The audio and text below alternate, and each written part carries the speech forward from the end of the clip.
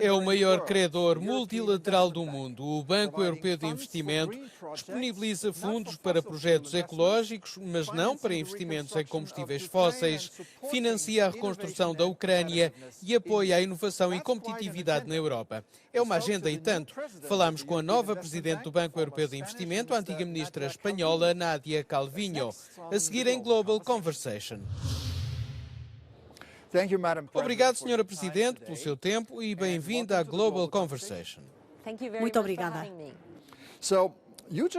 Começou o seu mandato de 6 anos há poucas semanas e já tem muito em que pensar. Para começar, gostaria de referir uma prioridade: a reconstrução da Ucrânia. Obviamente, é uma tarefa monumental que exige um forte empenho europeu. Como é que isso vai ser gerido? Como é que se financiam projetos que ainda podem ser destruídos pela guerra? O banco está ativo na Ucrânia há muito tempo. Desde que a guerra começou, já investimos 2 mil milhões de euros.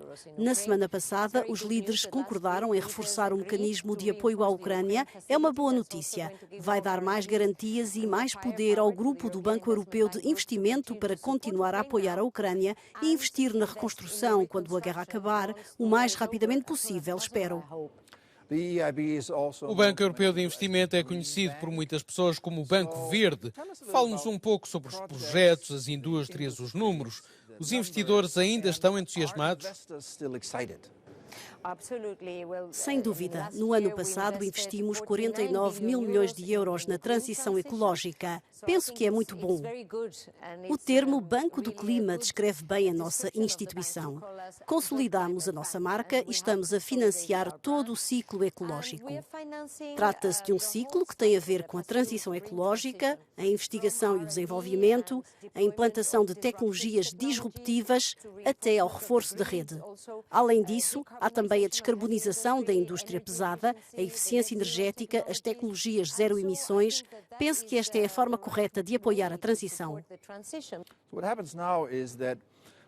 Mas agora, por exemplo, os grandes fabricantes de automóveis estão a atrasar o lançamento de novos modelos elétricos. Os agricultores protestam contra os regulamentos ambientais e os populistas ignoram a política climática. E isso constitui um perigo real para o Pacto Ecológico?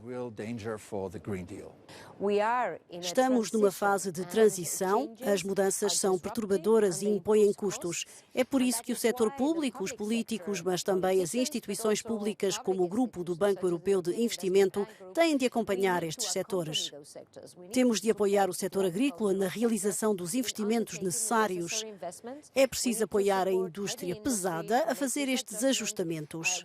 E os cidadãos devem ter acesso a tecnologias sustentáveis a preços acessíveis. E é o nosso dever explicar as coisas e acompanhar as nossas economias e sociedades para colmatar o déficit de investimento e garantir que aproveitamos as oportunidades desta dupla transição ecológica e digital. O relatório do Banco Europeu de Investimento mostra que as empresas europeias aumentaram os investimentos em domínios como a inovação, a eficiência energética e a diversificação da cadeia de abastecimento. É um facto positivo. No entanto, o relatório também alerta para o facto de existir o risco da Europa empresarial ficar dividida. O que é que está em causa?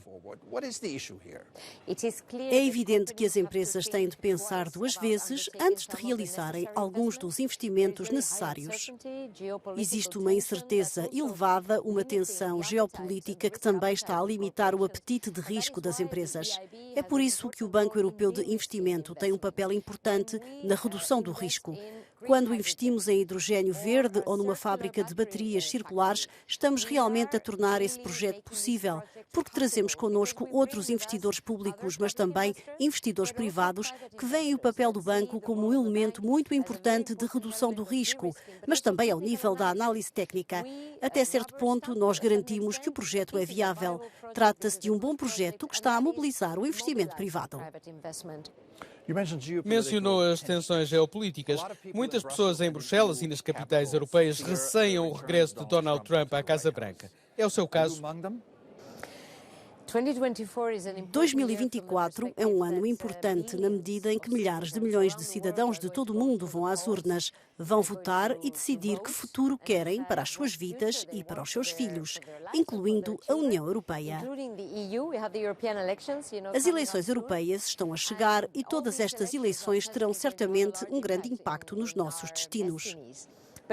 Acima de tudo, penso que as eleições europeias devem conduzir a uma forte unidade dos europeus e a um compromisso sólido de permanecerem juntos e de responderem juntos, unidos e de forma determinada aos desafios. Temos visto que ao longo da história esse tem sido o caminho certo. Já que abordou elegantemente as eleições europeias, não está preocupada com o resultado das eleições presidenciais nos Estados Unidos? Como presidente do Banco Europeu de Investimento, prefiro manter-me afastada de quaisquer considerações políticas. Muito bem. Uma política-chave em Bruxelas e na Europa é a competitividade. Gostaria de abordar uma boa e velha ambição política da UE com uma longa vida útil, a União dos Mercados de Capitais. Há alguns dias, o Conselho e o Parlamento chegaram a acordo sobre uma revisão das regras relativas às infraestruturas de mercado. Está confiante de que esse processo poderá estar concluído este ano? É uma área em que trabalho há muitos anos. Tenho uma longa experiência em matéria de regulamentação financeira. E a União dos Mercados de Capitais era uma das nossas principais prioridades há 10 ou 15 anos. Por isso, espero sinceramente que no próximo mandato possamos dispor de um quadro jurídico atualizado nessa matéria. Como presidente do grupo do Banco Europeu de Investimento, já lancei uma série de grupos de trabalho para ver como podemos ser pioneiros em alguns dos instrumentos financeiros que podem constituir os blocos de construção desta verdadeira união dos mercados de capitais. Mais uma questão que mencionei anteriormente. Acabou de iniciar o seu mandato no Luxemburgo. Onde é que quer que a Europa esteja daqui a 6 anos? É uma pergunta muito difícil, porque quem sabe o que pode acontecer nos próximos 6 anos. Olhando para trás e pensando naquilo por que passamos, a pandemia, a guerra, a inflação, espero realmente que daqui para a frente sejamos capazes de responder de forma eficiente aos desafios que certamente vão aparecer.